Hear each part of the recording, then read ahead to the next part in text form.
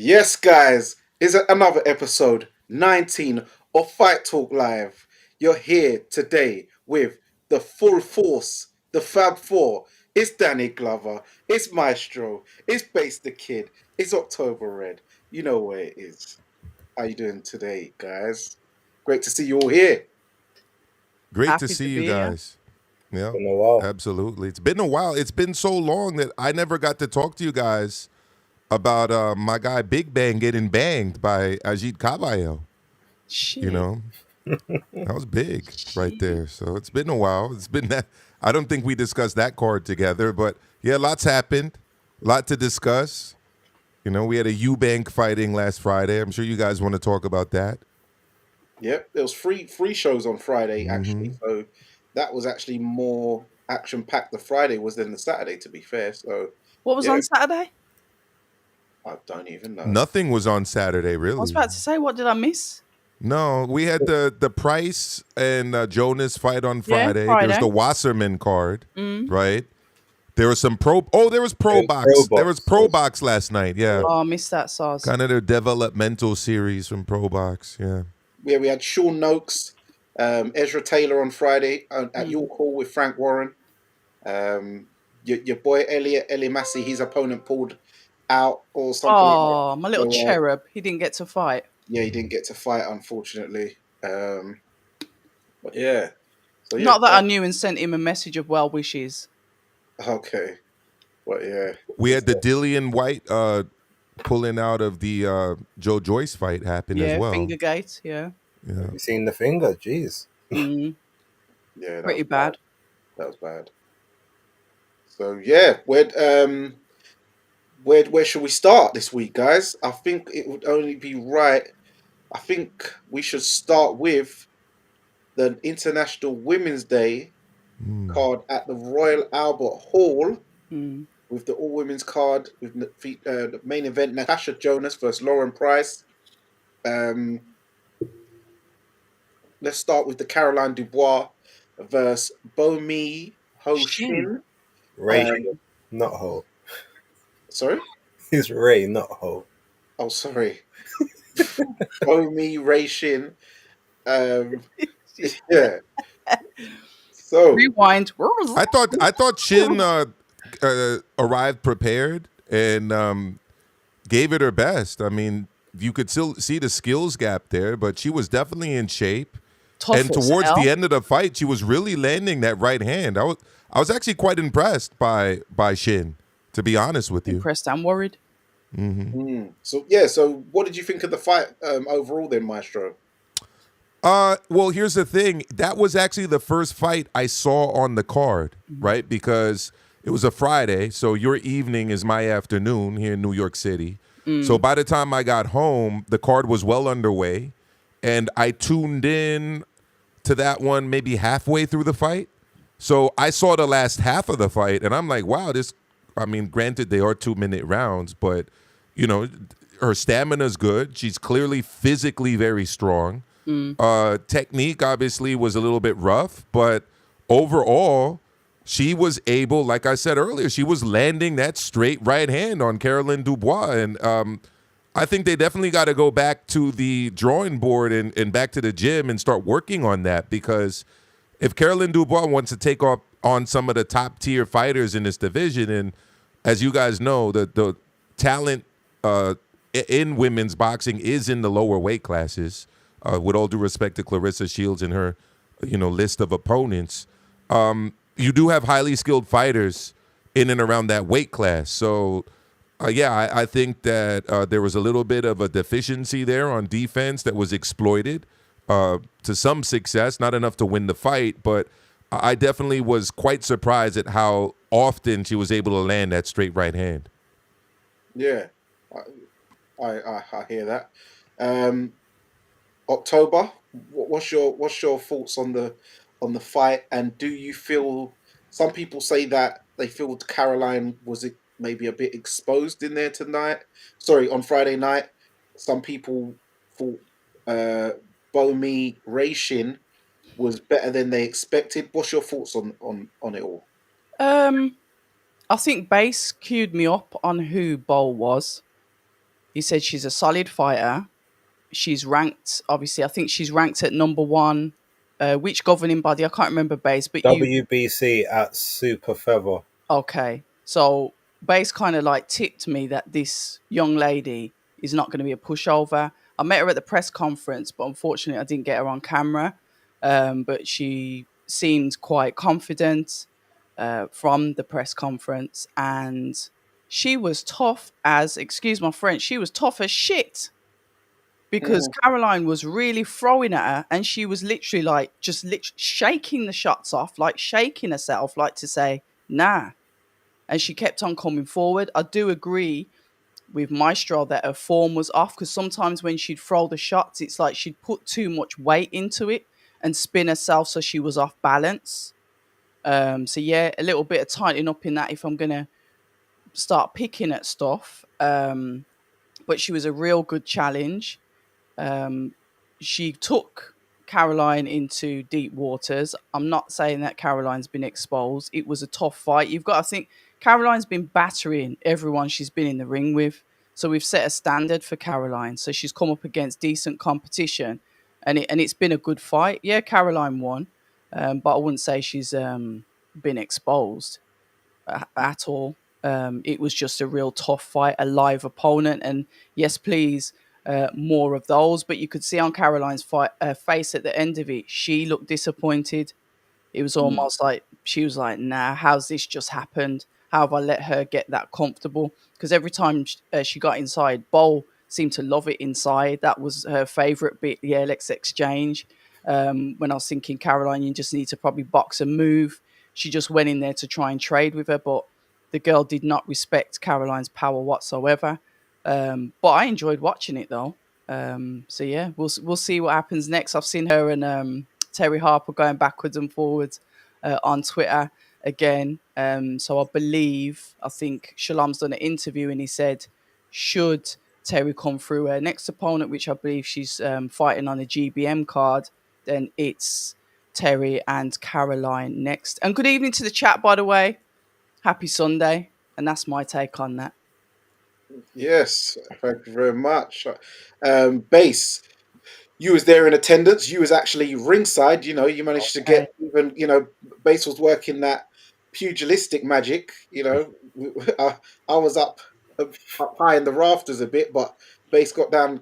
Up close and personal. So yeah, Low what? down and dirty How? base. How exactly? So how? What was your And you take got to when you? get in them crevices, you know. Hey, hey!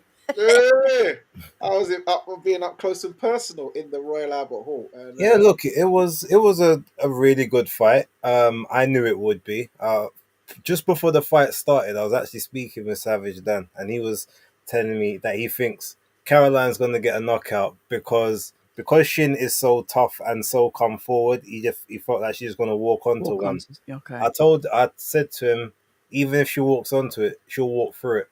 And when he was walking off to go sit in his seat, he's like, "I got Caroline 7th round KO." I said, "Nah, this is getting points," and I said, "Unanimous decision." And he looked at me like, You was "Yeah, mad. sure." And only one of us was right then. Sorry, but look, when it comes down to it, the funny thing is, I've seen Bomi Reishi, and I've seen many of her fights. Mm. For at least like the last 3 years I've known who she is. Actually a little bit longer than that. And she was also on that Physical 100 show from Korea as well. On Netflix, if anyone's ever watched that. She All was right. actually on there with Hyun Mi Choi at one point, and Oh, she no. she beat up Hyun Mi Choi in this it's like a swimming pool wrestling type thing they was doing. So Yeah, I even remember from that. yeah, you remember that. Yeah, So yeah, even from yeah. there, I knew okay because they was like she wanted Troy from time ago, and like, everyone was like, oh, she's running from Troy. So I saw all that. So I knew the fight would come.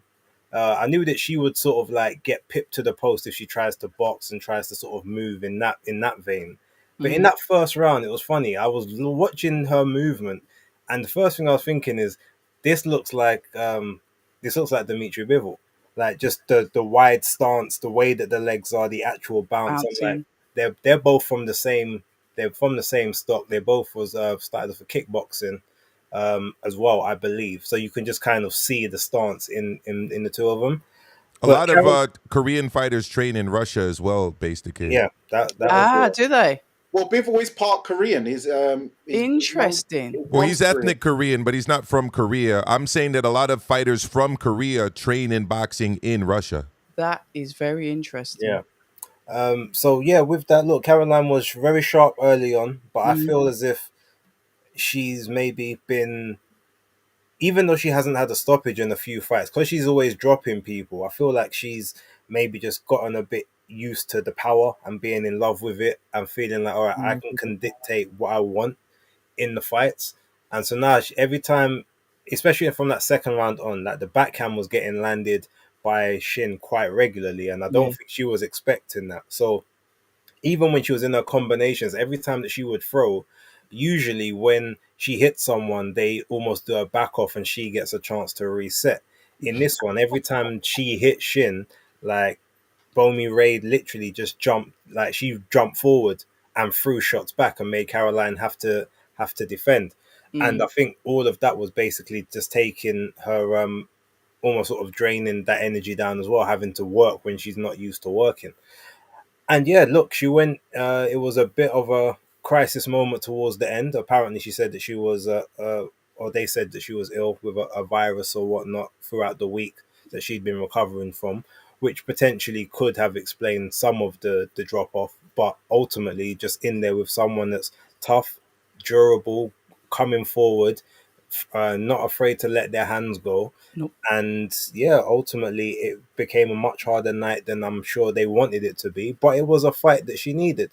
Yeah. But my opinion, I almost guaranteed that based off of that fight, that you will see Bomi Racing and Beatrice Ferreira fight each other next. First. They'll that will be next, so that you so they can then do the who did it better comparison. Because Yeah, you think Eddie's on the they like to phone do on that. the blower already? They like to do that stuff. So I wouldn't be surprised All if that's the next thing there. Um, it doesn't, the performance and the way she looked, even if there are sort of illness things aside, doesn't then allay the criticisms and the accusations that she is, ducking the smoke of Beatrice Ferreira, especially when, on Twitter it's back to her and Carol, it's back to her and Terry. Terry. There's still no mention of the other champions, even Stephanie Hahn, who obviously got that devastating knockout 2 weeks ago, to win that WBA title. So it's all up in the air at the moment. But yeah, look, it was a good fight. I'm sure she will learn from that and maybe realize that not everyone is going to succumb to the power, and you've got to stick to the fundamentals and just be a bit more careful. So yeah, Yeah, my thoughts on it. My first time actually ever being inside the Royal Albert Hall. I know, Base, you said you was there once as a child or it's school days, but it's the first time I've ever been inside there. I've seen it on TV. I remember when Prince Nassim Hamed fought in there. I remember when against Juan Polo Perez. I remember Frank Bruno fought in there back in the day. Well, I heard that Muhammad Ali fought in there. Obviously, that was before my time, so I didn't see that. But yeah, very prestigious venue, and yeah, it was the production. It looked really good. Um, I saw Sky Nicholson was in the building. They had lots of GB athletes in there and stuff like that, and celebs. So yeah, really good atmosphere. The Caroline Dubois Bo Mi Ray Shin fight. The first few rounds, it seemed like Caroline was in real control and stuff. I can see what you mean, based when you're saying about the Bivol stance. And as I said, Bivol, his mum's Korean, the dad Moldovan, so maybe that's a thing where he may have learnt some of that from. And as my show said, the Korean team train up in Russia. I remember it was a Korean who beat Roy Jones in the final, even though it was a robbery as well. So they are known to be decent boxers, though, over that side of the world. Later on in the fight, Bomi Ray Shin started coming into it, dragged Caroline into a bit of a dogfight, and that's where she started having success.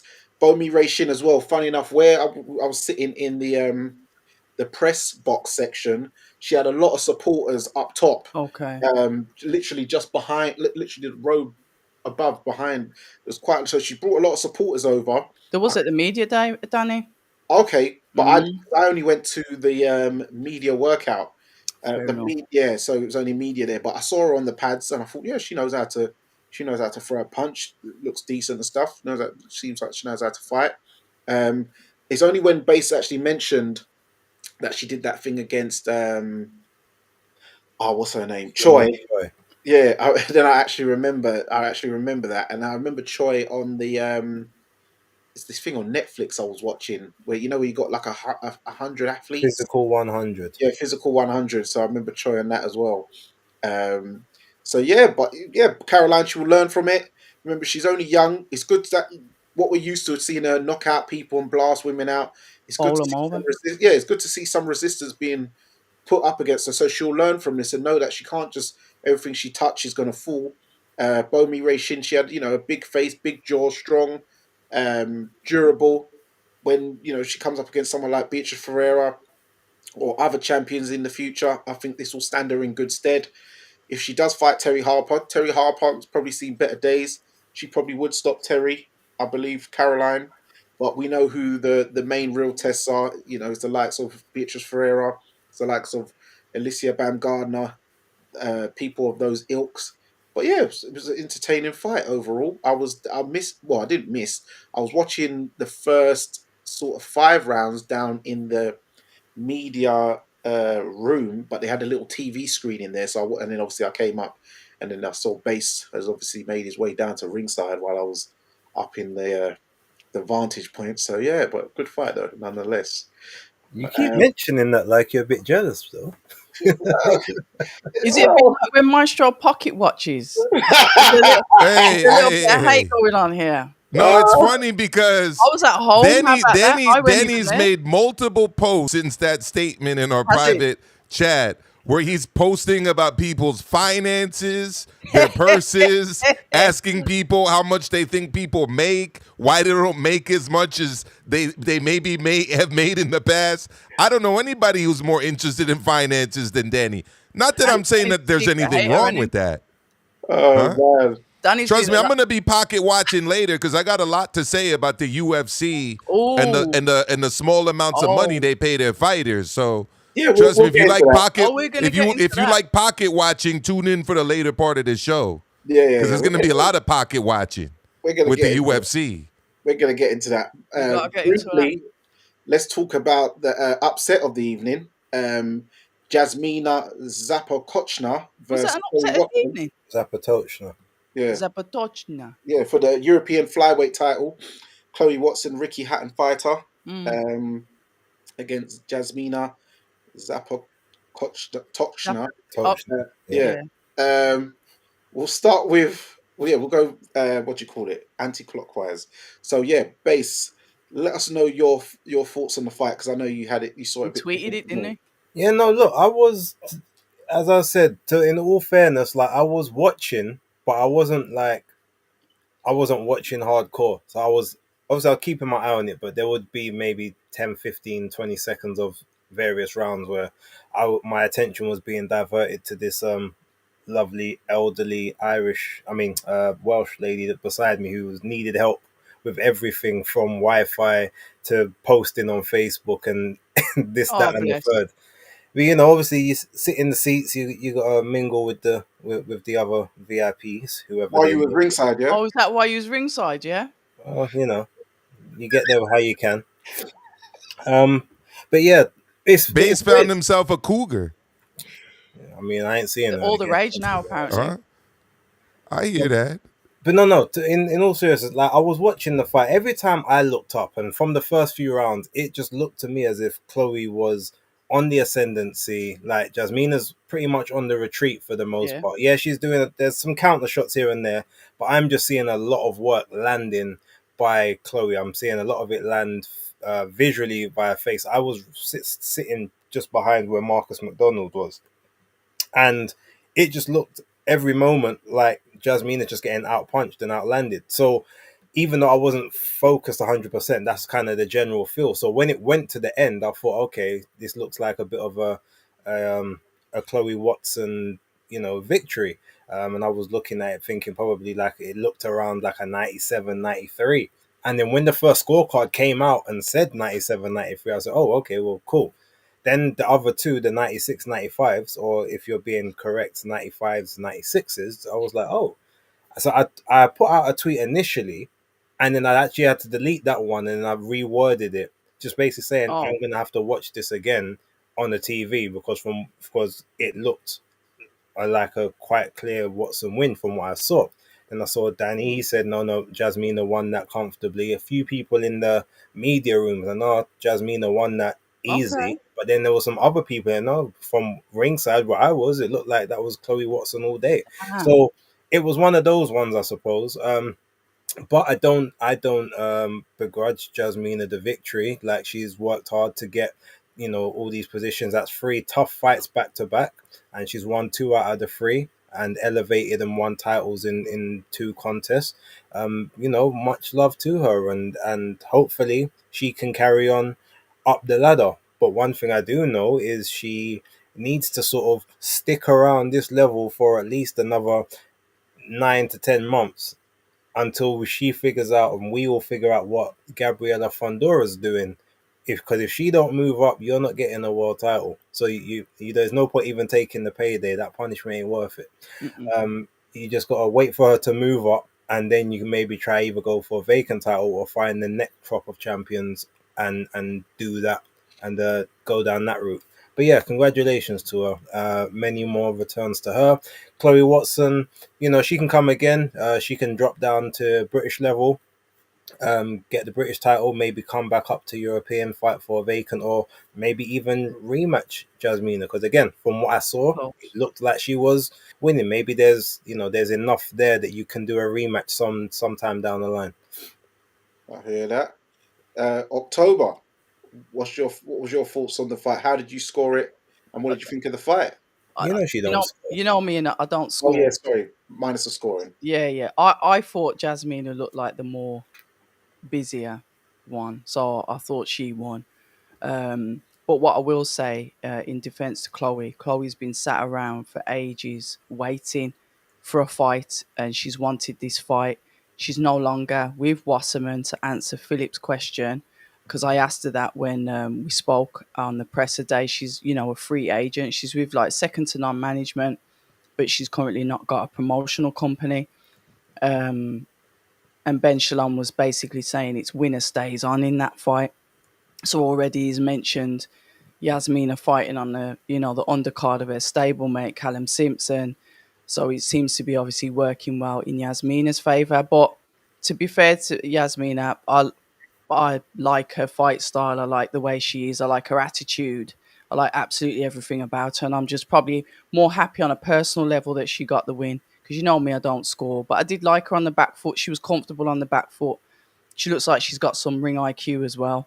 And obviously she's in a good gym, Dickie's gym, like I said, with like the likes of Callum Simpson. So yeah, I'm looking forward to seeing more from her. I don't know what's going to be happening with a lot of these women fighters though, with everything that's going on. I'm sure we'll get into that. But yeah, I'm Mm, happy for her. Commiserations to Chloe, but I really blame inactivity. She had a fantastic amateur pedigree, and it's heartbreaking to yeah, see her go in for a fight that, yeah, she probably should have won, and unfortunately didn't get the decision. yeah. Maestro, I know you said you tuned in after that, but did you manage to watch it on the playback? No, I did not, Danny. My apologies. It's funny No. because last week I watched both of those cards, the Queensberry and the Matchroom card, but You're the unfortunately, only one that watched that Queensbury card. I wasn't available to discuss it in great detail last week. Neither were But we. No one watched that Queensbury card last week. You were the only person. look, I sent you video proof that I watched it. Yeah, we saw, but you're the You only know, person that did. probably the only one in the Bronx that watched it too. By the way, In the maybe all of New UK as York well. City, huh? Ever since Frank said he's going to the zone, there's been no promotion about Queensbury card. Yeah, it was you know what the funny thing is though, Base? In the United States, it was on the zone. Was it? Yeah, yeah, yeah. I Ooh, think the TNT contract is that it will go over to the UK once Okay. On the zone once the TNT runs out. But I think internationally, it's already on the zone. Mm. But okay. yeah, yeah. Okay, interesting. Yeah, from my vantage point, maybe this must be one of those things of it depends where you're sitting, because as you said, Yeah. base those who was where I was saw it for Jasmina, and as you said, when you was at where you was located at ringside, those people saw it for Chloe. So maybe it's a thing of where people were sitting, Yeah. which had a better depending on their view. But for me, I saw Chloe Watson coming forward, but she wasn't landing. A lot of shots were getting blocked. She was getting countered. It seemed like Jasmina was landing a lot of check hooks, counter uppercuts, dance, moving around a lot. But it seemed like at times she was boxing rings around Chloe. Um, Chloe Watson, Ricky Hatton fighter, but I'd also heard that she's had a couple of rubber the green decisions on smaller shows where it wasn't televised. Oh, hence she's unbeaten. Boxing So at 1 a.m. in, well, 12 o'clock at night, yeah. On the yeah, Western shows as a floater. yeah. So she's had a couple of gifts, but I guess the luck ran out unfortunately. But great great story for Jasmina. As we saw last year. As I said, 13 months ago, she boxed Shannon Ryan on the Next Gen show where Hmm. Craig Richards beat Boris Crichton. It was like the bloodbath in there that time where Shannon had the big cut on her head. Then she came back and beat Gemma Roog, and then she upset um, Maisie Rosie Rose. Rose Courtney, and then as you've seen, she's got the European title. She was saying about Callum Simpson helps train her, so Hmm. she's saying he's the best coach and this, and giving lots of big ups to her team. When I spoke to her briefly afterwards, um, she said that she used to be a singer because for me, the way she dresses, she looks like a pop star in it, like an old Hmm. school pop star. She dresses like a pop star. She's got the little like the girl group sort of abs and stuff. So yeah, she's got the image. Girl group abs. Yeah, them 90s Spice Girl, all Yeah, Saints type of. sporty Spice. Yeah, And what's the one that was with Eddie Murphy? The one that he dropped. Mel What's her B. Skinny. name again? MLB. Yeah, Mel B. Yeah, She her. breathed on and she got pregnant. Yeah, Yeah, yeah. one of them ones. But yeah, no, great Cover up, guys. yeah, great story. She's from Wrocław, a place that I'd been to see Well, she Usyk said that she's firsthand. not from there. She Yeah, said she said she she's not lived from there, there, but that's not where she's from. but it's listed on there, so she must be from probably one of those outside skirt places from near there or something like that. She just said that she lived there. So she said it on your video. You should have Yeah, I know, remembered. yeah, she said she lived there. But yeah, I'm just getting a little claim that I've been to that place when Usyk fought Daniel Dubois. Nice city. But yeah, well done to her, and we She'll roll be on. all right. She'll be all right. She'll go far with her personality alone. She's Yeah, very, very likable. yeah, She's likable. She'll be promotable. So she'll be all right. She will. yeah. And but world stage, as we know, yeah, Gabriela Fondora is obviously leading the pack. There's a couple of other Gabrielas in that division as well. I noticed when I was looking on the ranking list. So Mm. that seems quite a popular name for that weight division. But yeah, so yeah, I think just defend your European title for now, get some purses, and do your thing, and Go. wait till the sister Tower Inferno moves on. But Mm. yeah, we'll go to the main event of the evening: Natasha Jonas, Miss GB versus Oh, Lauren Price. where's my black veil? Where's my funeral veil for my Natasha, man? Yeah, yeah. Let's start with you, October. Since you, yeah, what did you think of the fight? It was One sided. yeah. Talk about it. Tell us Yeah. about it. Well, everything that Lauren Price said during the lead up was true. She was too fast, too strong, the younger fighter. She took everything away from Tasha. Tasha could not get any shots off whatsoever. She was disrupting everything Natasha even attempted to do, never mind like trying to do.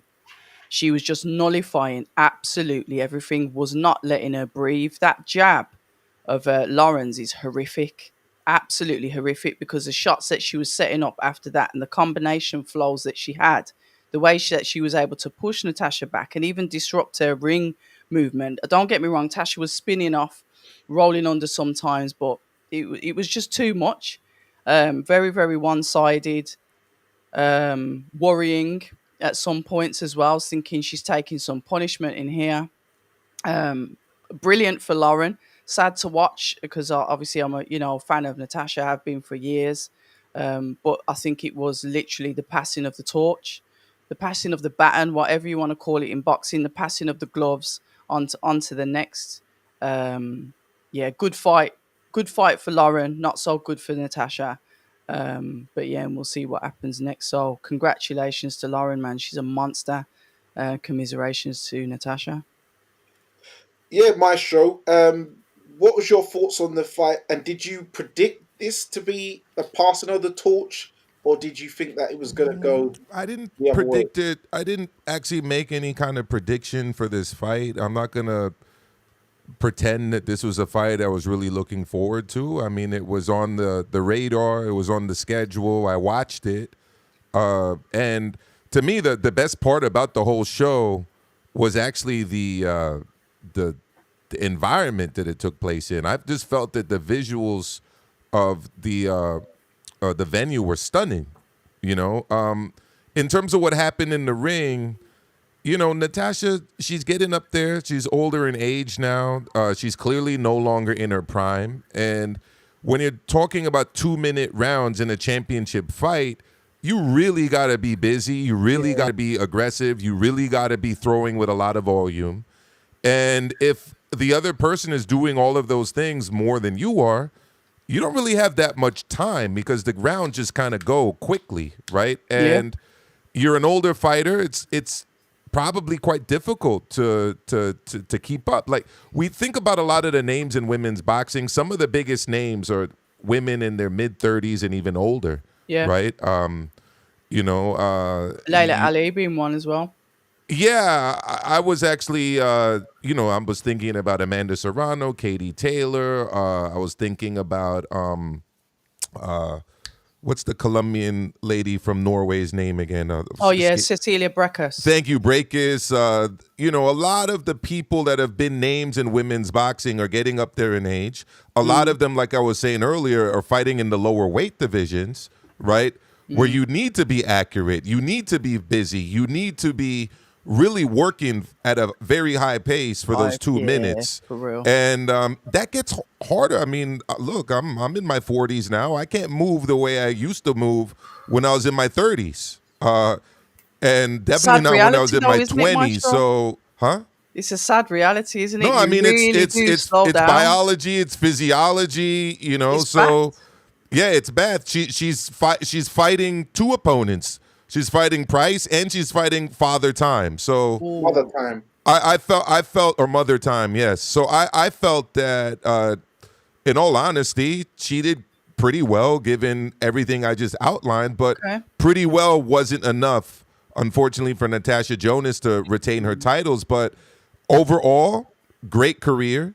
Amateur through pro, nothing to be ashamed of here.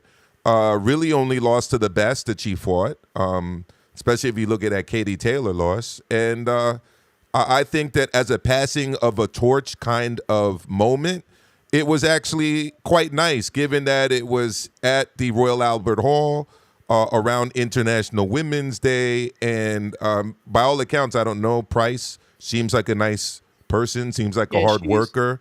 So, you know, it was a loss, but it also wasn't like a horrible moment or anything. I think if you're a fan of Natasha Jonas. You know what I forgot to say? I did say to Natasha, right, the Obanov fight, because Obanov put that pressure on Tasha, and that was the only fight that Tasha ever looked uncomfortable in. And I was thinking, which she said something in our conversation on my channel, and I thought, damn, if Lauren comes out, I just think it just come into my head, if Lauren comes out at her like that, could be problems. Because that Obanov was more like Pursoon, you know, someone that just keeps on coming forward. Don't get me wrong, with Lauren, it's precision, it's skill, but it's that constant pressure of not letting the fighter reset and try and get their own shots off. Lauren perfected that, and I think she might have looked back on that fight. Yeah, I hear that. Base, He you know, predicted not a it, good, didn't he? not a good, not a good night for your Queen Miss GB. What Where him happened? gone? Rotted. Where Base. him is? That was Someone, my fault. I tried to do that to myself. I did it to base. My fault. Oh, Oh my Sorry. god. yeah, he was Sorry, trying to base. save me from having to talk about it. Yeah, that's what I was thinking. So yeah, you predicted it yeah, though. yeah. It was, it was didn't go the way, you saw the post fight presser. It was just Lauren Price there. What did you make of the fight, and what did you make of the post fight presser, Lauren's comments afterwards? Yeah, look, unfortunately, the fight played out exactly as I thought it Hmm. would. Yeah. One of the reasons why this week, as well as last week, I didn't put out a basis picks video because this particular card was filled with fighters that I either know or that there was probably no nice way to say that you're going to lose. Um, Mhm. and just looking at this one, is the thing is, right, I don't think Tash at any point in her career would have been able to beat Lauren. Like the Okay. size difference is one thing. Like just the natural athletics, they're both very athletic, but Lauren is just she is a different level athlete to any other female boxer I think we've seen. She's a free sport elite operator, football, kickboxing, and boxing. So Mm. and then even outside of that, as much as Natasha was correct when she said to Lauren, look, well, do you think that you punch faster or your punches are faster than like Katie Taylor or these people at the lower weights? And she's like, no. And she goes, so, and Tasha's like, well, why do you think I'm going to have to worry about your speed when I've faced people with faster hands than Mm. you? But those faster hands are obviously negated by there's different things that those people might So, be a little bit shorter than Lauren Price. They may not have the same reach. Their physiology isn't the same. And even though I was looking at it from a point of view as even if Natasha is the naturally should be the naturally quicker because she is the naturally smaller woman, more fleet footed, from the lower weight classes, she can't negate that 10, 11 year age gap between the two of them. You yeah. can't be faster than a 29-year-old at 40 um, if you're both elite level athletes, unfortunately. And so she was relying on timing, but in relying on timing, she basically wasn't letting her hands go. She wasn't working. She was trying to conserve. She was almost trying to old woman her, conserve energy and hope that she can walk her onto one shot and then maybe take control of the fight via that. But that obviously wasn't the way to go. I mean, I broke character a little bit when I was at ringside. I kept quiet for the first 5, 6 rounds. I was kind of scoring it on the phone, and then by the fourth, the fifth, sixth, someone called me. But then by the fourth, fifth, sixth, I've looked up. It's looking exactly the same as it was. I just wrote, Mm. "There's no point scoring anymore." Like, and then yeah, I broke character, and I was literally there trying to yell instructions to Tash amongst all of these Welsh people sitting and standing Oh, bless. around me. But um, yeah, look, she unfortunately she didn't. I was hoping that she would try to circle away from the power hand. That was one Okay. thing. Get onto the jab. I was yelling Can, at, can I? whereas what's his name, Joe Gallagher, I think was saying that be patient, be controlled. I was yelling, no, be first, get in close, cut her range, cut her distance, Couldn't do it because though. at least that way, like you can stay safer on the inside than you can on the outside or the mid range. But look, it wasn't to be. The whatever it was, whether the legs weren't there, whether it was a case of what, she was still the best version of her, but like Price was just better at the time. Yeah. Like Lauren Price is the apex predator of 147. There is no one currently in that division that can beat her. The person that can even give her the closest test is Michaela Mayer, and that's only due to work rate and consistency. But even her, she's way too slow to if Lauren really wants to put combinations together. So her only challenges is if she manages to go up in weight and maybe like have a catch weight with Clarissa Shields or like Tia Bolt or something like that in like a 2 or 3 fights time or something. It's her time, and it may not be over fully for Natasha because I feel like there are potential routes that she can have back, but I think the only option she really has now, if we're being if we're looking at it from a realistic standpoint, is if Michaela Mayer beats Sandy Ryan in the rematch, maybe Michaela will invite Natasha to come over to America so that she can right the wrong that she thinks that she got in that first fight. That would be the only thing I could think of. Outside of that, maybe if you want to have a fight just to say that you can end your career on a victory, that's potentially a thing there. But she's achieved everything that she probably can in the sport. Mm. She probably overachieved based on some people's perceptions. So yeah, look, if whatever she does, I mean, I'll be there. I'll support. I'll always check in, and it's always love when I see her. But it is what it is. Let's us see the new queen. Hence the name of the show, Queen's Gambit, because that's Queen's ultimately Gambit. what Boxer had in mind, sacrificing one for another. Oh wow, love that.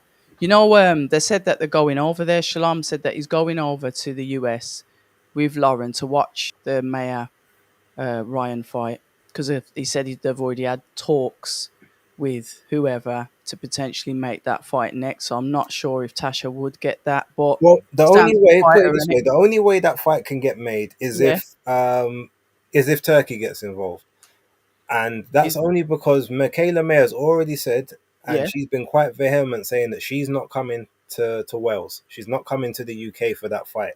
She believes that every time she comes to the UK, she gets she screwed, gets okay. which is inaccurate. But She's allowed to the problem opinion. she has is that Top Rank are not going to try and put up more money for that fight than Boxer will. I feel that Lauren Price has a much bigger fan base overall, especially if you pull it in Wales. That is the biggest option. Plus, Mm. out of the two of them, she's got four belts to Michaela's one. You've really got no say here. Even on namesake, it doesn't really trump the attendance in the arena that the fight can be put in. So she hasn't really got much leverage to play except for holding out for the belt. Um, Mm. but I mean, if Ben's confident enough, send Lauren over there. No, I think he'd want it over here. I think they're just going over there to watch the fight. Yeah, but that's my point. What I'm saying Mm. is the fact that he'd want it here. He's not gonna send her over there to be content for Top Rank. Yeah, Even though you send her over there, she gets all the belts, then you can make her the star here. But he won't do it. So it's gonna drag on unless it ends up in neutral territory like a Saudi Arabia on one yeah. of them Ring Magazine cards, seeing as Lauren does hold the Ring Magazine belt. So we'll see. Yeah. Mm. Um, yeah, my opinion on it. Fight week, Natasha seemed relaxed. Lauren Price seemed very agitated Yeah. in the build up, snarling and stuff a lot. Had a lot. It's like she had a lot to prove Yep. to Tasha and herself, and people naysayers, people who may have been betting against her or wasn't really rating her, thinking she might be a hype job. But yeah, she had a real bee in her bonnet, and she was really motivated going into it. Natasha had a slip up when they had a little back and forth. Think she mistook her for Becky Price. Hence, I made and it seemed like the ending was very fitting in my comment, which I put on the video. Yesterday's price is not today's price because Natasha beat Becky Price, but today's price was a lot more different, a lot faster. She's built like a bulldog. Like she's very heavy, Yeah. big Popeye forearms, big shoulders. Um, yeah, she's a bit T-Rex-ish, but yeah, she's very fast, agile. A lot taller than Botrek have her listed at. Don't know why they got her listed as that short, and they got She's about Natasha. 5'9", ain't it? Yeah, but they got her as 5'5.5", and Tasha at 5'8". I'm like, Tasha's not 5'8", and Laura Price is definitely not 5'5.5". Well, they're all taller than me, so they're all taller than 5'6" Yes, I'm like, well, that's strange, but okay. or five But foot five. but yeah, Lauren Price a lot better than I thought. Was knocking Tasha off balance with a Yeah. natural size and strength. Even when Tasha's blocking the hooks, he's knocking her legs. Yeah. Maybe the Backwards, old, man. yeah, the older knees, the natural size, it was knocking her off balance. When Tasha was trying to throw the right hand or even over the top, she was just missing wildly, looking at the floor, kind of throwing and hoping. it wasn't much conviction. She didn't have combinations. Mm. Anytime she did get into an exchange, Lauren Price always made sure she finished the exchange with the last punch, made sure she threw Yeah. more shots. So even though someone like Katie Taylor does throw bursts, she doesn't throw it with as much precision when she's throwing the 1-2 left hook The or one power. two left hook, right hand left hook, and stuff like that. So a lot of that was disrupting Natasha, and she couldn't get off. I had it 100-90. I think a couple of the judges was just being favourable for her services and gave her a couple of rounds, but in my opinion, it was 100-90. It Yeah. did seem a bit sacrificial, you know. Yeah, drop one in to build the other. But hey, Natasha's done it. She's. I think she's. Some people say overachieved. I don't think so. I just think she had a tough first half of her pro career, Mm. and once she did move over to boxer, I think they did do a good service for her overall. They did. Two weight world champion, unified world titles, stuff like that. So some people will say, "Oh yeah, they just threw her into the river," but they did a lot for her. As She knows, well. yeah, exactly. So you have to remember that. And she knew, she knows deep down she's 40. This one's 30. There's going to come a time when it happens, unfortunately. And she knows she's got a job at Sky straight after anyway. So it's not like they're literally throwing her down to the wayside. She's got a gig anyway. So there's Yeah, yeah. life after boxing for her. So if this is the last time we see of her, well, it's not the last time we're going to see of her because she's going to, have her stunning outfits when she's doing the presenting for the Sky show. So listen, she's had a great career. She's going to be heralded, as an esteemed presenter with the likes of herself and Johnny Nelson side by side, two former world champions who've bought the T-shirt, you know, serious credentials.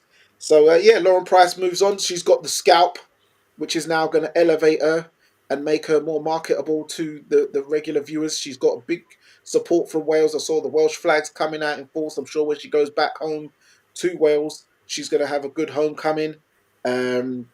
And yeah, she seems a fan favorite. She seems a bit, I don't know, maybe it was just fight week, but she comes across as quite a moody character. I know people say Nah, she's all right, man. She's cool. is she? I don't know. Yeah, yeah, I yeah. don't know her, but maybe Yeah, because it she's was a cool, fight man. week, she was just on. She was just on it, innit? She's But just focused. yeah, maybe it's just that then. Very Um, studious. yeah, GB. It's almost like military up there, isn't it? So yeah. And I spoke to Gary Hale, who trained both Natasha and Lauren Price, obviously at two separate times. times, yeah. He trains Lauren Price now, so he would have known all about Natasha, from the amateur days, the strengths, the weaknesses, the mindset, all that good stuff. So that's why it's good to talk to guys like Gary Hale, Lee Pullen, these GB coaches who are now pro coaches because they have the inside scoop on Richie a lot of. Woodall as well would have been a good one to talk to, but Yeah, obviously Richie he's Woodall, because I even spoke to Gary about even when he said he goes, he didn't even want to be involved in the damn. Delilah fight and Sonny Johnny Edwards fight Edwards, yeah. because he was like that was a bit too much for him. But yeah, he was in Lauren Price's corner and he came out the victor. So yeah, good stuff. But yeah, well done for Ben. It's a shame that Cindy Ngamba wasn't on the card. I hope everything's well and she does manage to get her pro career on track and get that started. Uh, what's all that? I don't know. But yeah, so that's that card out of the way. The only fight really left to talk about is Harlem Eubank versus Tyrone McKenna. I watched that the next day because I got back so late. It was the press conference. We ended up leaving what time base? Like what? About 1:45. 1:45 in the morning. That's not bad. Some of them have gone on later than that. No, but for a card that was only 5 fights of a It 2 was minute they were round, running late though, weren't they? Because the main event didn't start till like 11:15. yeah, it was all mad. It was all mad. But yeah, Um, Harlem Eubank, I'll go first on this one. Yeah, dropped McKenna I didn't even watch four that. times, but three times officially. But McKenna even admitted that the one the ref called the low blow was a punch. Mm. Harlem was using a lot of lateral movement and sidestepping pivots and Good very, for him. very athletic movements. Good for him. Yeah, it was very unique movements I haven't seen before, but he looked good putting his punches Good. together. I know some people might think he's not much of a puncher, but I've seen he's flattened a couple guys like out. in the past, and he's got enough. And obviously, he's moved up a weight now. He says he feels stronger. I know he does the ITIL diet, so he's feeling a lot stronger. He's getting his herbs and all those elixirs and stuff like that. So yeah, he looked very strong. Tyrone McKenna, very tough Irish man. We know. Always good up for a fight. Mm. Rugged, durable, but yeah, Harlem was just too good. And McKenna has probably been in a few wars. Well, he's been in a lot of wars. I'm sure he'll have a few more after. But yeah, Harlem looked good. I'd say that he looked very good, and I'm looking forward to his progression in the welterweight division. That's for sure. And did anyone else watch the fight? I didn't, because I was doing the live watch along for the Sky Sports show. So no, Okay, I didn't watch. I didn't watch any other fight. So okay, yeah, I only watched it on the playback because the wife, she recorded the Channel 5 show for me, so I just watched it the next day. All right, well, What show, Danny?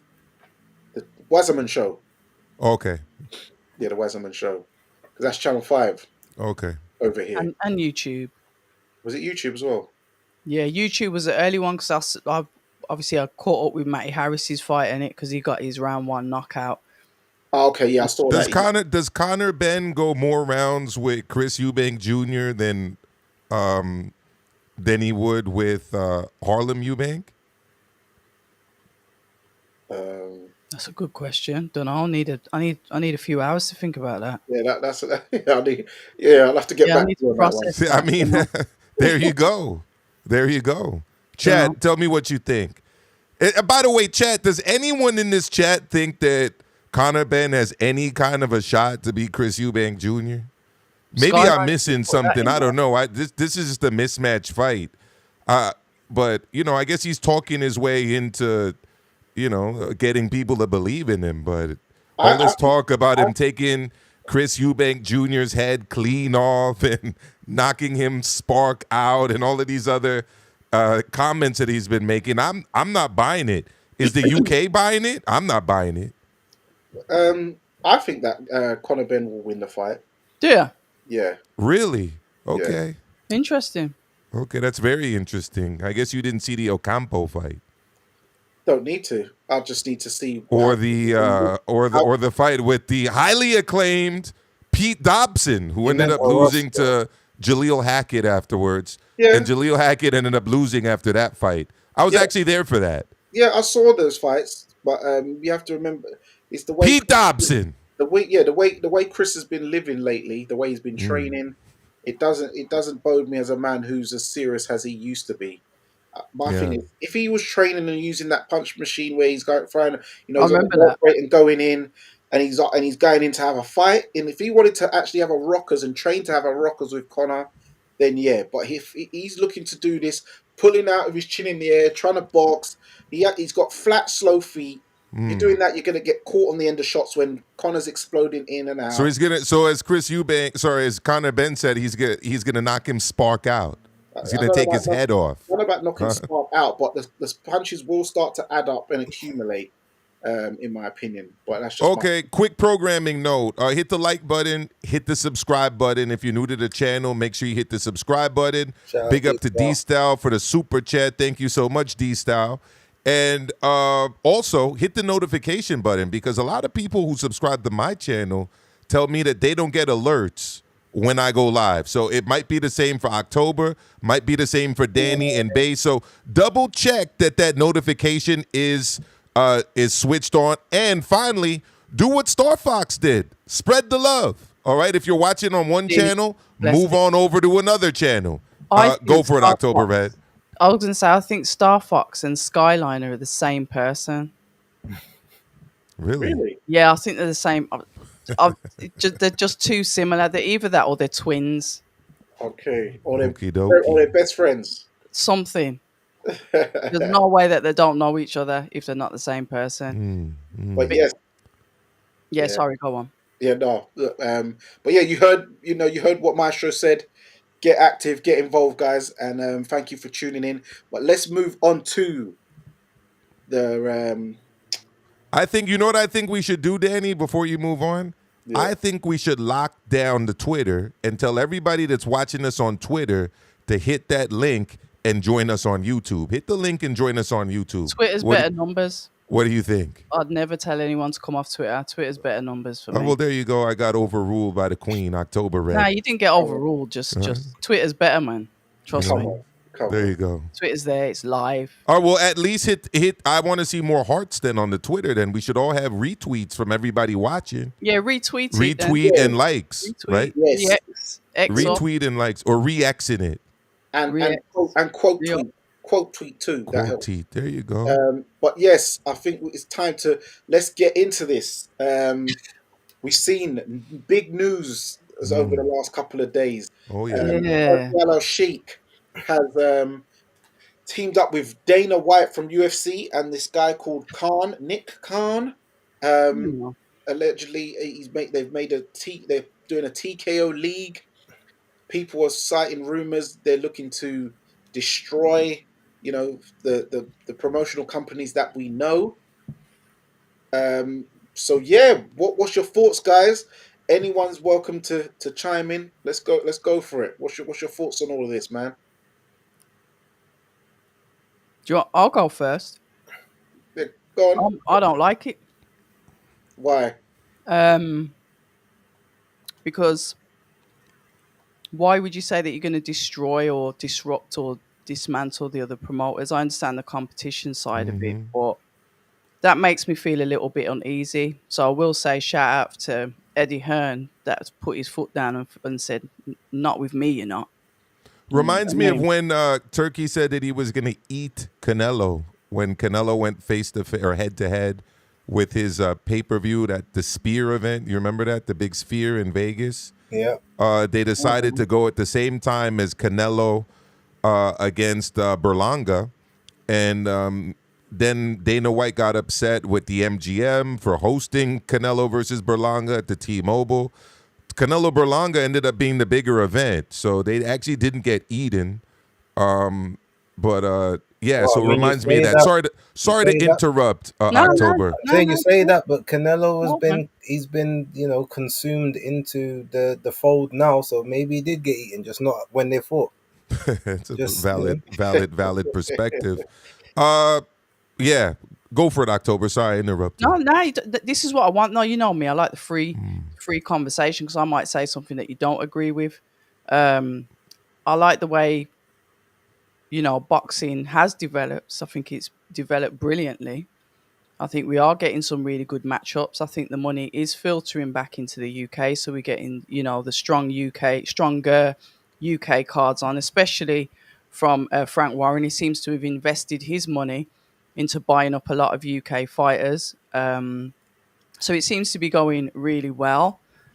So when I first heard the news, it more or less rung alarm bells with me because it's like, okay, the money's got into the sport and yeah, you've got to be grateful for that money. But I just think everything's got a price and I think it's time to collect. So yeah, Base, what's your thoughts on it? Or do you think this is going to be bad for boxing? Do you think it's going to affect boxing? Do you think it's going to be, or do you think it's going to be positive and an additional, pleasant thing for it to go on? And what was your thoughts on the Canelo situation where he was, told to shun the WBC title? Well, I think that's okay. So that's two separate issues. All right, in terms of the TKO boxing thing, I don't know. I'm not 100% sure because from what I saw and from what they was initially saying is that it's more of a grassroots movement. It's supposed to be everyone from those that sort of the new up and comers and the upcoming talent and giving them access to the best facilities and making sure that they can get out regularly, be seen and be basically the future stars of the division. That's kind of how it was sort of sold. So I don't know. I don't know how much of that then correlates to everyone else, like all the other big stars. Is that TKO thing is the first step of that? Is it amalgamated into the ring? Is it essentially everyone that's on that new ring card, the one that's going to be taking place before the Canelo fight, Devin Haney and Ryan Garcia and all that, are they the first signees of it? That's Are the promoters like Eddie and Frank and Oscar and Bob, are they essentially now just going to be like back in the day football feeder clubs to these Riyadh season and ring cards? Like they do all that sort of the grass work, the grassroots movement stuff, and then as soon as the person's ready, Turkey takes them to put onto the big stage. I don't know how it all plays out. It's it's all a bit confusing until more information comes out. In the biggest issue with it is that if these new all the new children and like the new sort of the prospects, sorry, not children, but if they're all coming up and they're expecting to be paid the same way how everyone else is now being overpaid for all the Riyadh season and ring cards and stuff, that causes a problem, because then they may not be as active unless they're getting that same money, or they can't go from show to show because they might get, say they get 100,000 to do this fight over here, but then their regular market value is actually only 15 and a half.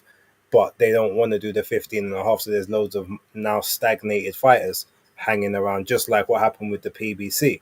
Is that going to be the case? Are they all going to be price capped if they're on there? Dana has been looking to try and repeal that Ali Act for the longest time. Is that what he's trying to do? So he can get everyone on a wage, yeah. and a non-breakable wage structure with bonuses and incentives.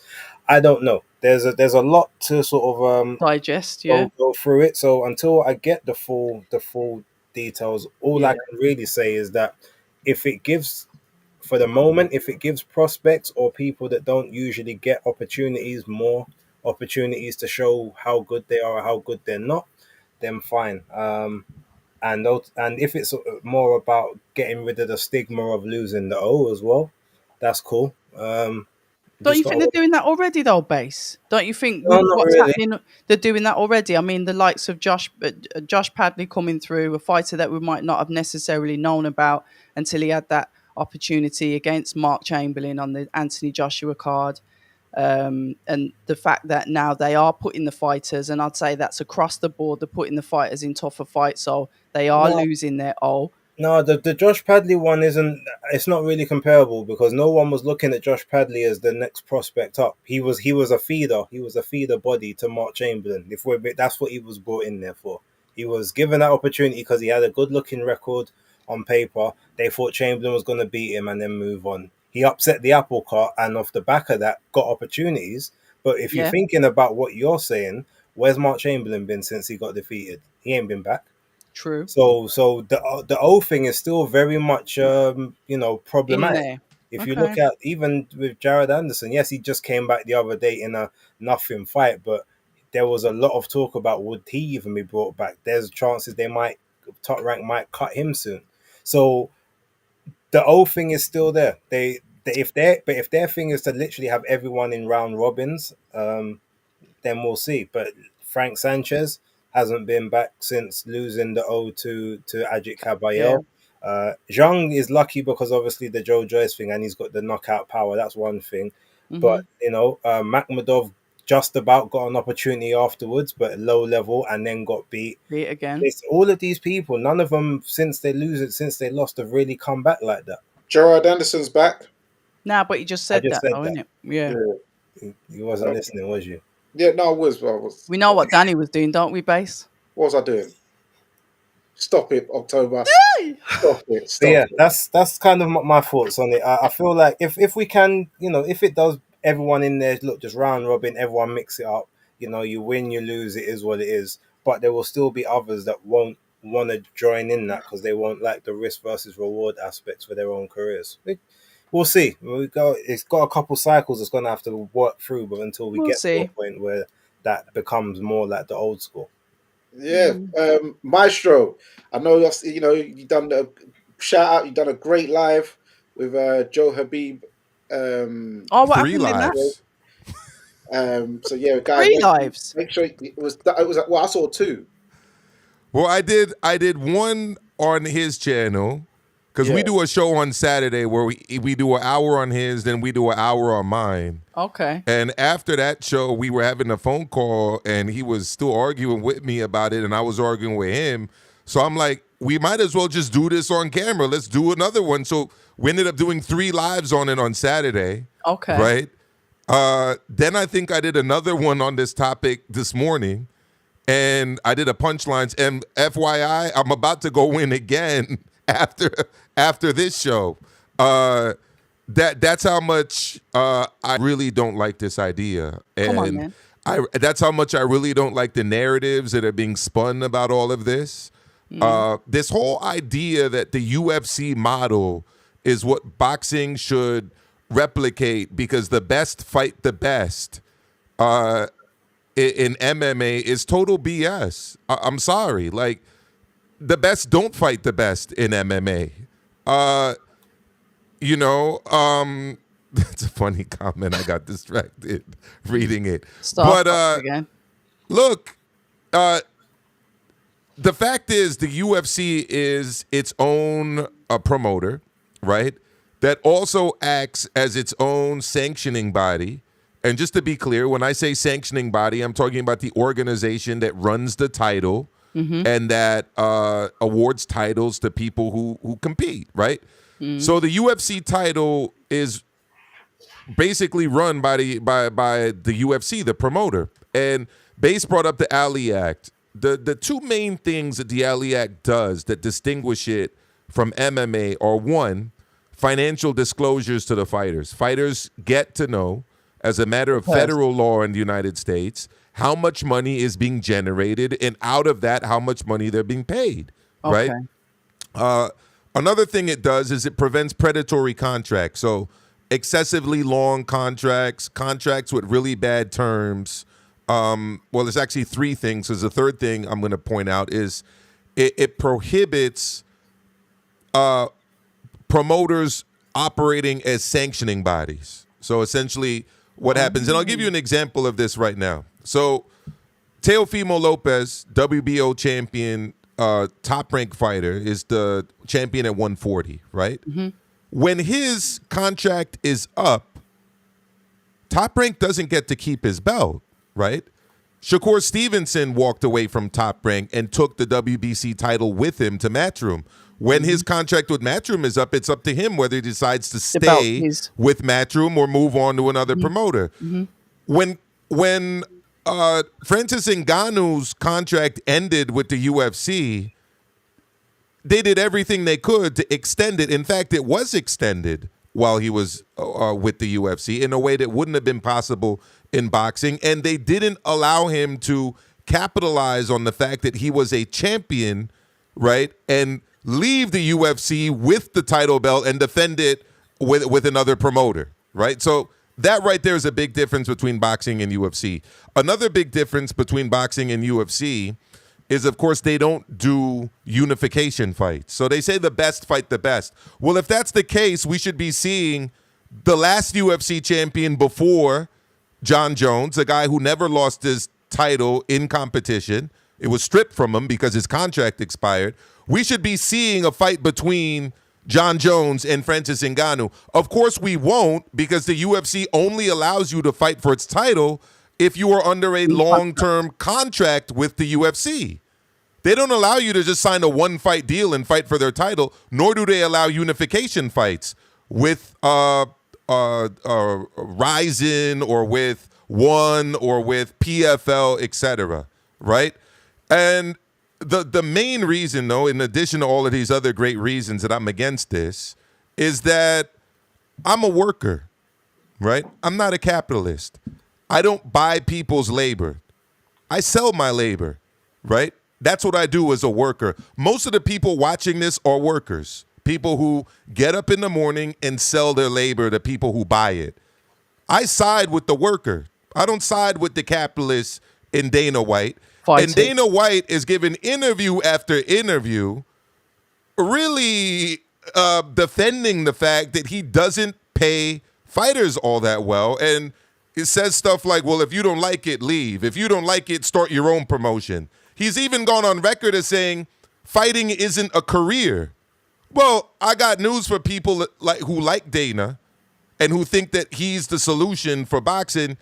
A lot of people that get into boxing, yes, it's a limited time frame. Yes, it's a Still a relatively career narrow for them. window compared to what I do for a living, teaching. Although a lot of people can't really take teaching, and I think the average teacher in New York City probably lasts about 3 years.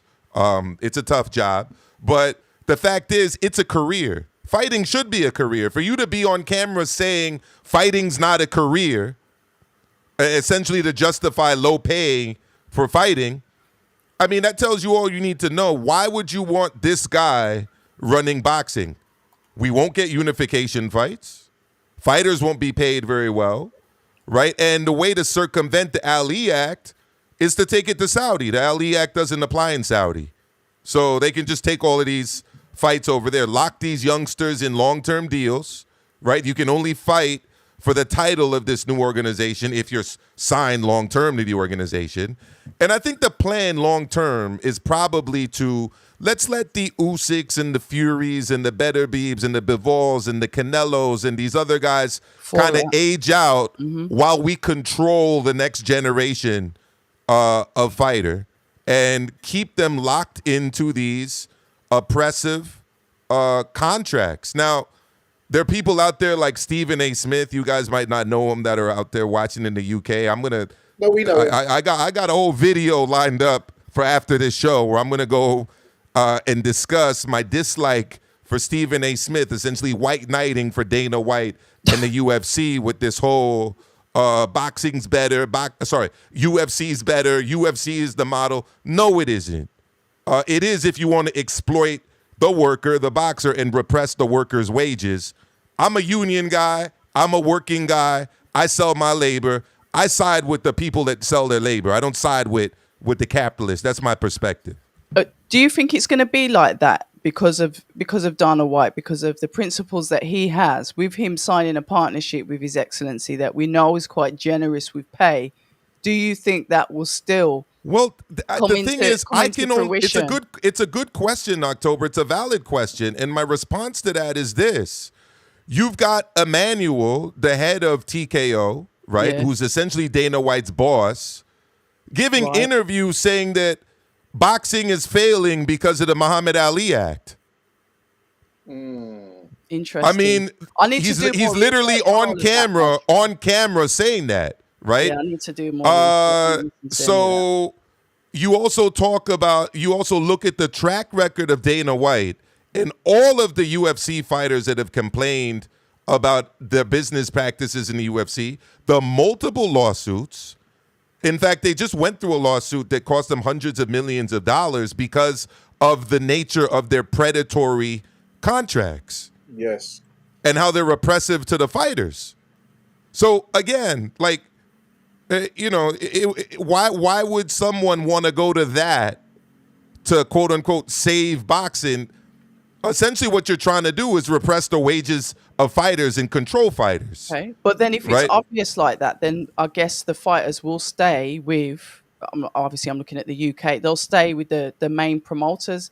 They don't have to go over to this TKO, do they? Well, Unless, like he says, he's going to What? try and dissolve Mm. the promoters. Well, where it be? I think it'll be one of those things where the first crop will go over there, thinking that when you go over there, the streets are paved with gold, and then those guys Carrot. will all get burned, and then the ones behind them will know. All right, the grass is greener where we was before, but it's going to take a crop to end up getting burnt and have horror stories, and that's where the next lot. So that's what I think potentially will happen. But my take on this is, I don't like it. Dana White, he's been trying to get into boxing for a while. His model works for himself. It doesn't work for the fighter. As Maestro says, I'm a blue collar guy, in American terms, like yourself. Um, as Dana says, this is not a career; it's an opportunity. So he sees you as like literally a cell number. He's got this slap model, this slap game. Are those guys making money? A lot of them are going to end up with CTE. They can do all that, but it's not very healthy for themselves. I Wait, agree. Basically, you're looking. You seen that guy? Anytime he gets slapped in the face, he's like going, "Ah, ah, ah," that Samoan I looking guy. mean, it tells you all you need to know. Like if Dana White was around, a couple hundred years ago, he would have been that character from Django Unchained doing the dingo fighting. Yeah, the Remember man that? fighting. The Yeah, Mandingo fighting. yeah, I yeah. mean, that's how he talks about these fighters. To Danny's point. Yeah. A commodity for sure. But I just think that the carrot will be is that they will receive, to start off with, substantial pay, because the rumors are there. Everyone's got, like you said, there's lawsuits. There's this. Where is the attraction They're for the starting with the fighters? You reckon? young fighters that are probably naive, that don't really know business that much. That's who they're getting in. They're not gonna get Canelo to fight for this. They're not gonna get the guys who are main eventing these Riyadh season cards to fight for this. So you mean There's like another it's good not point an too that I academy? forgot to mention. And shout out to my friend Stitch Duran, noted cut man, right? He's talked about this many times. He actually was fired by the UFC. Do you know why he was fired? He was fired because they overnight decided, or at least informed the UFC fighters, that they would no longer be able to have sponsorships, right? Yes. When they signed a Reebok deal. So you had fighters that were making their money off of their sponsors Yep. because the purses were so low. Yep. Overnight, they're told you're not getting that money anymore. You're just going to get a small little percentage of Reebok, of what Reebok is giving us. $2,000. Yeah, $2,000. And you literally had fighters overnight losing tens, if not hundreds of thousands. In the case of Vito Belfort, he said he lost millions because he had sponsors in place, right? Yeah. So the UFC controls the belt. They control the sponsors, right? They're literally treating these fighters like indentured servants. Like, just go listen to interviews with Randy Couture. You're right. Interviews with Francis Ngannou. Yeah. Interviews with other fighters as well. Nothing they've said about this is true. Again, the best don't fight the best in MMA. They don't do cross promotional fights. Yeah, but That's the selling point, and that selling point on its face isn't true. But yeah, it's like, as you said, for instance, if they do that same thing in boxing, you got someone like Johnny Fisher who brings in a ton of fans, has a load of sponsors. Yeah. I'm sure he's making about at least 50 G's in sponsorships, and then you Fair put play. it down to literally just having I don't know, Lonsdale and Everlast, and say, oh yeah, this is you get $3,000 a fight from these sponsors. This is your sponsors. That's messing up a man's proper wages. Like it's not good. Drink, Really. isn't it? Yeah, it's not good for boxing. I don't think Dana White, his model will work in boxing, because boxing, it's too many organizations as well. Not At too the many. moment. Yeah, at the moment, but it seems they're trying to do something else with it. What's your thoughts, October, on what it seems like they might be possibly trying to do with these organizations? We've seen Canelo. Yeah, let's get on to the second subject, where Canelo is seen being told to shun the WBC. There was no other title belts, and I remember saying this. I did notice that when Bivol won the undisputed, the WBA belt just went missing. Like, it was non-existent. Did you mention that on one of our lives the other day? Yeah, so But then Base something alarmed reported. me. Yeah, Base thought that maybe it was just he ran out of room on his hands to hold things, but it alarmed me the way I saw that, and it just seems slowly but surely all this disappearance acts are happening with these governing bodies, these belts. So, what's your thoughts on that incident, and what do you think is going to happen? I was actually there, Danny. Oh, go on. Oh, you Yeah, said? so it was weird because they held it at Radio City Music Hall, which is a very famous venue in New York City, Midtown Manhattan, 50th Street, East 50th Street. And in fact, last time I saw a fight there hasn't been a fight there since Rigondeaux beat Donaire at that same venue. Rigo beat Donaire back in the day. I was at that fight with my sister and my cousin. Huge venue, much bigger than the theater at Madison Square Garden. So I got the alert about this about 6 p.m. It was a media blast, right? About 6:30, I think the alert came through to my email. If anybody wants to contact me, it's elmaestroamilcar@gmail.com. That's where I got it.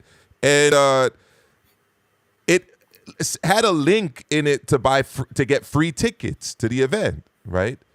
So it's like, okay. I told a couple of my students about it. A couple of them went down there, but I didn't really automatically see the link for the media credentials. So I emailed the following day. Ended up getting in. Long story short, they rented out this huge place, gave people a less than a 24 hours notice because the event started at 5 p.m. or doors open 5 p.m. Eastern. Last Thursday, I got the alert 6:30 p.m. Eastern on the Wednesday. So it was mostly empty. They pushed all of the people to the front. Very beautiful venue, but it was empty, and the audio was messed up. They had the interpreter on stage. The fighters couldn't hear them. People couldn't hear what William School was saying, and Canelo was commenting about it. And then we had this question and answer session where people from the media were supposed to be able to ask questions. Turkey Al Sheikh ended up asking a question. They couldn't really hear it on stage because of the audio issues. And then they did the face-off, and Eddie Reynoso was like collecting the belts, as he always does, because Canelo does the face-off, and Team Canelo, usually goes behind him with all of the belts. And yeah, he was instructed by Turkey to leave the belts to the side, and they had the Fatal Fury belt. I didn't quite know what the belt was. I think I had asked Mike Coppinger what it was, and he told me it was a Fatal Fury belt. And they had the Ring Magazine belt. So those were the only two belts on stage. And yeah, the other belts were all shunned. So they had them on stage. Turkey actually mentioned that, you're fighting for that last piece, pointing to School's belt. So that was asked. But then at the end, when it came time to pose with the belts, the only two belts that Canelo posed with Were the two. were those two belts, and Turkey was holding them. School didn't have his titles, and neither did Canelo. Very interesting that. So, what do you make of that? What did you make of that base? And is it a thing of that the governing bodies that we know of are going to be a thing of the past, and it'll be just a two belt era with this? I don't know, this new belt and the ring belt, or will the ring belt just be the be all and end all belt? What do you think's going on with all this governing body? Because what alarms me also, well, what's strange to me is that didn't the governing bodies all sign a contract with Riyadh season like during last year, from what I remember? Well, they're all listed as partners as well on the Ring magazine, so that's Yeah, on their Yeah. website as well. yeah. So So, it's so, so interesting. base, what do you think about all that? Um, I mean, look, to be honest, I didn't read too much into it initially because if you remember this whole thing is this SN it's a SNK promotion, right? So he's promoting the video game, the partnership they've got. So Yeah. they've got this Fatal Fury belt, which I guess they're someone. I think Adi was saying, "Oh, it's the undisputed belt," but it's not because it's also there was also a Fatal Fury belt for the Eubank Junior and Conor Yes. Ben press conference. So clearly, it's something that's gimmicked towards the event and towards the The promotion of the game. game. Yeah. It's being put on by the Ring magazine, so it's in association with Ring magazine and SNK. So it makes sense that the only belts you want in shot for this specific promotion and event that you're promoting is the two belts of the collaboration. So they didn't need to be the WBC, WBA, IBF, WBO, etc. That's the way I took it. So I mean, and maybe there could be something more sinister going on, but again, they're all listed as partners on the Ring magazine website. You wouldn't have got them all together within the space of like 6-7 months to now all of a sudden like say, oh well, we're not going to work with you guys. Um, yeah, look, I mean, are they trying to maybe phase them out one by one, or amalgamate the belts all into like one bigger belt? Maybe, and maybe that's the idea. Maybe the idea is in actual fact that he's obviously got all of them on side to say, look, let's get that undisputed, And once you become undisputed, all of those belts go away, and there's one singular title that you go for. All of the sanctioning bodies will get their percentages the same way that they would have before. And maybe the undisputed belt might have the different logos on it, all of them all together, or something like that. Possibly. But in terms of him shunning the WBC on that one particular thing, I didn't see an issue with it because it didn't need to be there for this cross promotion, which is all about the game and promoting the game alongside the Ring magazine. It will, if anything, the fact that Eddie Reynoso tried to bring that belt over there at the time for that specific moment screams more of entitlement by Mauricio Suleiman, like who's always got his face up in the video like P Diddy back in the day. Stick. You don't need to be everywhere all the time, creating I don't trinket think he belts for was every. there, to No, be honest, Ben. I'm just talking about the WBC as a whole. Oh, okay. There's always a trinket on the line for any event of consequence, whether even if it hasn't got anything to do with the WBC. And Reynoso, obviously being a friend of Mauricio and them being close, it's a case. Okay, we're trying to get our belt up in the shot as well. But Turkey's just like, well, no, this is about Fatal Fury and this is about the ring. This is what the promotion is. You don't need to be here. Like that belt can go to the side because at the end of the day, all the belts were on the That's a table. valid point. All the belts was on the table when they was doing the press conference, but this is Mhm. this is a photo Face to off. promote the event. So that's how I saw it. I didn't really see much else. If it comes out later on that there is something more sinister, cool. But for right now, that's how I kind of see it. Can I just mention real quick, Danny, that there were actually two press conferences this week. Fatal Fury ring that I actually went to. The Canelo one was the second one. The first one was actually for the fight card that's actually going to be taking place the day before the Canelo fight in Riyadh. And of course, I'm talking about Ryan Garcia against If you Rolly know. Romero, Devin Haney coming back against Jose Ramirez, and of course, none other than Danny's favorite fighter at 140, Teofimo Lopez, taking on none other than Arnold Barbosa Jr. Shout out Arnold Barbosa. So getting That's Arnold fucking right. Barbosa That's was totally standing on solid ground. Actually, he was sitting he? at the table, but it was very interesting because Richardson Hitchens, aka Africa, was in the crowd and turned up to heckle Teofimo Lopez. And Teofimo Lopez actually was telling him to pick up bananas and do a bunch of other stuff. So, very Didn't he say to interesting him, press "Get me a conference. banana"? Didn't he say, Pardon me? yo? Didn't he say, "Bring me a banana"? Yeah, bring me a banana or something. that's Tony Pugilis. That's Something Tony related to bananas, Tony anyways. Pugilis' guy, by the way. That's not my guy. Oh, right, it was Tony P. It was Tony. I forgot. It was. You're absolutely right. It's Tony P's guy, Teofimo Lopez. So sorry about that, Danny. You're absolutely right. Tony P, formerly of the Breakdown, big Teofimo Lopez fan. I wonder if he still is. I'll have to ask him on Telegram after the show. Yeah. Shout out to Arnold Barbosa. Yeah. So October. What did you make of it? Do you think that it was maybe people looking too much into the WBC incident? I think everyone's going to start looking into everything a little bit more because it seems like over the past week there's been so much happening with boxing and a lot of change, and it's a lot of things for people to try and get their head round and get used to. So yeah, I can understand why people may look at something and say, well, that doesn't look right. Just like Benavidez jumping into the star position to potentially fight Bivol, and then His Excellency says, well, actually, no. And kind of like, Bivol, you know who's looked after you, so you will do as you're told. So yes, it will create a lot of paranoia and what the hell is going on over here, and is boxing changing at such a rate of knots now that nobody knows what the hell's going on. So I understand the paranoia, but I think we've got to wait to see how the dust settles, and to see what's actually going on. But I'm on the back foot with it. I'm literally on the back foot and just going to see how it all plays out.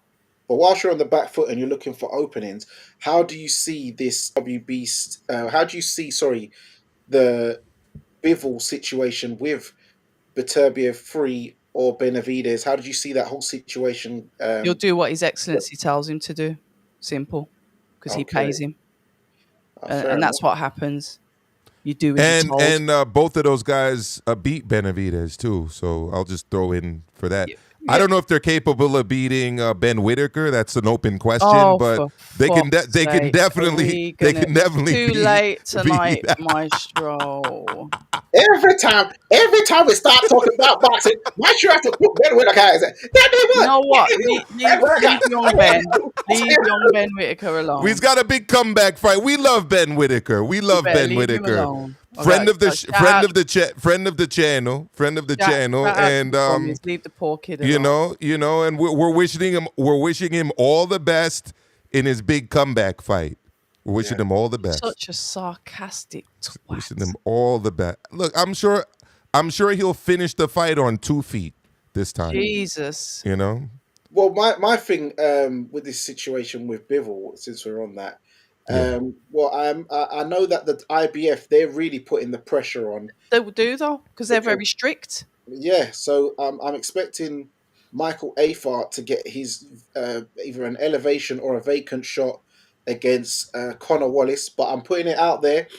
If Connor Wallace is not available, then I would like to see Craig Richards get a shot versus Michael Afart. If he does fight Connor Wallace, Michael Afart, then I want to Why see do you Craig keep Richards. repeating his name and saying it wrong each time? It's Eifert. Sorry, Eifert. I first. Michael Eifert. If Michael Eifert fights Connor Wallace for the vacant shot, then I would like to see Craig Richards versus Zach Parker, and then the winner of that gets a shot at the winner of Michael Eifert versus Connor Wallace.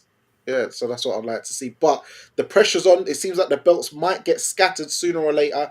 And as you said, October, Yeah. if His Excellency says you know what side your bread's buttered, Yeah. you're going to deal with our sanctioning bodies. Then yeah, there's And going to be a lot. People's reiterated that on I Trust in My Team. Mm. That was a follow on. Vadim, World of Basically Boxing. saying, yes, I do as I'm told. Mm. So what? So how do you see this all playing out, base? Because I know you Trilogy. got Benavides waiting in the wings. You've got Callum Smith waiting in the wings. You've got Michael Eifart waiting in the wings. Callum Smith that said he's not interested in the winner of I can't remember. Yarden Arthur. There's a certain That's it. British Olympian. He's waiting in the wings. So, we're ready to go here. Yeah, what's your You know, if I thoughts was on this, near Dave? you, I'd just clark them glasses off your face. I gotta watch out. There's too much screen time. These are my screen time glasses. I'm getting old. I gotta protect the glasses. I mean the eyes rather. How do I say it? I think that Especially when I braid my hair. I don't want to have to take a knee because something goes into my eyes. Oh After I my braid my Lord hair. in I heaven. got to protect the eyes. Especially when you have long hair, you get your That's hair a done. true story, about the grease in You the eye. know, Can Base get his take off, please? Sorry, yes, us. watch that grease.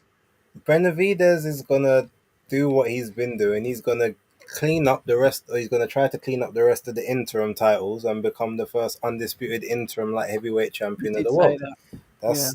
That's the plan. Outside of that, no, I've already told you what I think is gonna happen. He was never going to fight either Better Beef or Bivol. Facts. And because in America there's no light heavyweights of True. note for him to fight now that David Morrell they've had that fight. Jesse So Hart. he's not of note. I No know one that. knows Jesse. You know what I mean. Unless Jesse, unless that's like You're in the UK. third from bottom on one of those PBC like prime pay-per-view cards, that's still not an interesting fight to the people. So there's no one for him to fight except up at cruiserweight, which is Zerdo Ramirez. I'm telling you, that will be his neck. If he doesn't fight for one of those other interim titles, which I don't see it happening, he'll fight Zerdo Ramirez because that's a big Okay. Mexico versus Mexico, Ecuador / I like America that. fight, and he probably believes that he can beat Zerdo Ramirez, considering they both have fought at 168. He's not a massive cruiserweight. He probably feels like he can walk around similar weight to him, and he can go and be a champion up there, and he can do that away from Saudi in the protection of the US, like he likes. Um, with protection of whatever sanctioning body he's with. I think that's the plan. That's what he's looking to do. I don't think he's got any designs on waiting around for Better Beaver or Beaver. At absolute best, if one of them gets their belt stripped, he'll get elevated to that title, and then he'll move up as a reigning champion to face the unified champion at once at 200. That's my opinion. First ever unified interim champion in the history of boxing. Precedent was set when he beat David Morrell Jr. The first time I've ever seen them allow a unification of interim titles. Yeah, but he's got two more to get if he wants to clean up and be undisputed interim. So there you go. So I did want to comment though, because the New York State Athletic Commission did rule that the Lamont Roach, what should have been a Lamont Roach win, was ended up being upheld as a draw. Yeah. I didn't really think that was too fair to Lamont Roach. Well, me and Red spoke about this last week. Mm-hmm. My take is a little different, and let me say this before you carry on, because this might also make you think more about what you're gonna say. Well, I know you're a Dipset fan, so maybe Jim Jones and Joel Santana walking out. I was never a fan of Dipset. I thought you liked Dipset. I was LOX. Oh, LOX. Okay. LOX and G Unit, but no. Look, the reason I think that you can't overturn the decision, you can't change the decision, is because when it happened in the 9th, right? And obviously nothing was done then and there. Mm-hmm. Everything after that becomes a quote unquote butterfly effect. So if you now try to go back and retrospectively change what happened in the 9th, well, that we now don't know if that would have changed what then happened in the 10th, the 11th. True. Correct. So because you could make the argument that Tank would have fought different. He might have. Yeah, so because of that, he may have got a knockout. Roach may have got a knockout. But what we do know is if you go back and change that one thing, it then there is a ripple effect, and you can't now change that without changing whatever else happened. So the only way you could feasibly do that would be, in theory, to get them back in the ring, go back to that 9th round, take the point off, carry on the fight from there, and then make them fight the rest of the fight after that, and then try and score it that way. That would be literally the only way you could do it in a or a no contest, or a no contest, or a disqualification. That could have been on the table too, because his corner did flagrantly break the rules. But here's the problem: by giving him treatment in the middle of the round. That's true, but I think the problem with that is you can't disqualify in that moment because the knee touched down, right? So immediately you're asking for a break. That's then supposed to be that is a break in the action. When the referee's counting, that's a break right there. So if they've now come up onto the ring apron, which they shouldn't have, but they've come up on there at a moment when the fight is actually paused. Correct. So again, it's one of the ones you can't actually disqualify him because the fight is paused at that moment. It's the whole thing is just if you try to change one thing, you end up changing a lot. So that's why they can't overrule it. And everyone's talking about, it's because they New York want Tank to come back. No, it's just because they've got common sense and realize that the butterfly effect is a real thing. You change one thing in that past, it dictates everything that happens after that. And you can't do that because it was grease mode during the 9th round. Shout out to Skepta, giving new meaning to the term grease mode. So it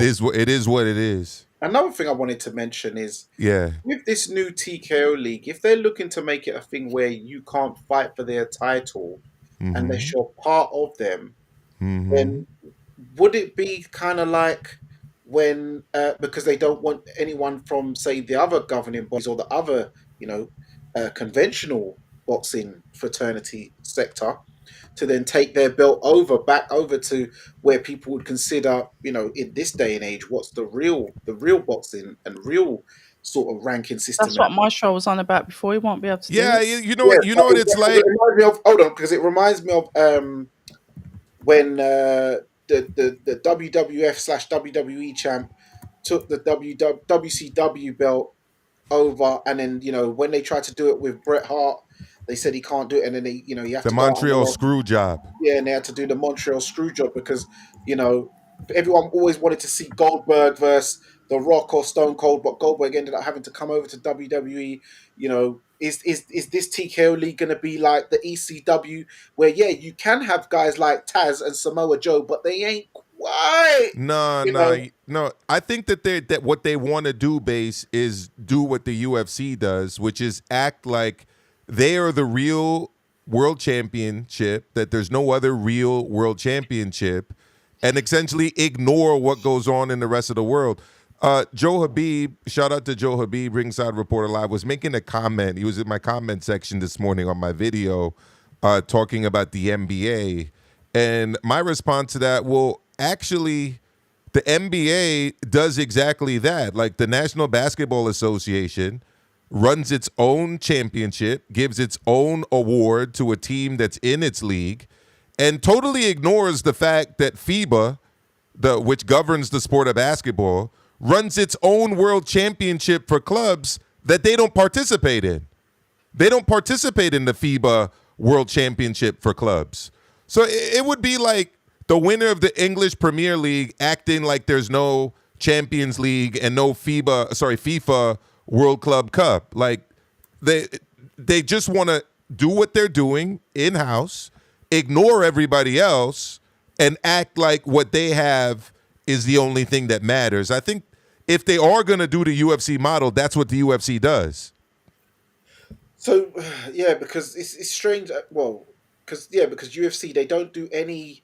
They don't do any with cross-promotional unification fights ever. Not with Bellator, not with PFL, not with one championship. They did it once with Pride, and they got destroyed, and they learned their lesson, and they never did it again. Quinton Rampage Jackson destroyed. I think he fought the Iceman Chuck Liddell. They had a few other guys they took out there. They all lost. Yeah.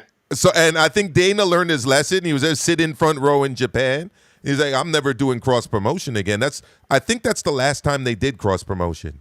But then, people, I think that where everyone's used to, because I saw someone do a poll on which title means the most, and they even put the ring belt in there as well, and the highest vote got WBC. So it seems that WBC, whoever's the WBC champ, it seems the general set consensus by boxing fans is, even with this new TKO league coming in and whatever they're going to do, unless you have that green belt, you ain't the guy.